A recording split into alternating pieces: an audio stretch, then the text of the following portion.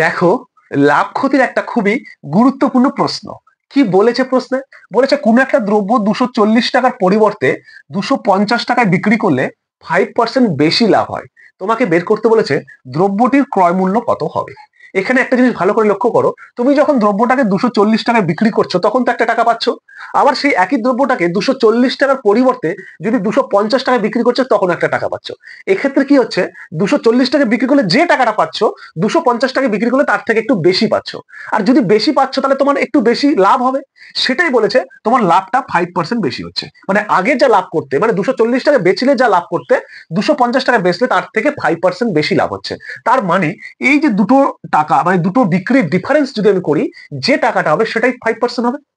তাহলে আমরা 5% সমান কি লিখতে পারি? 5% সমান 250 বিয়োগ 240, এই টাকাটাই হবে 5% সমান। তাহলে আমি লিখতে পারি 5%, therefore 5% সমান 10।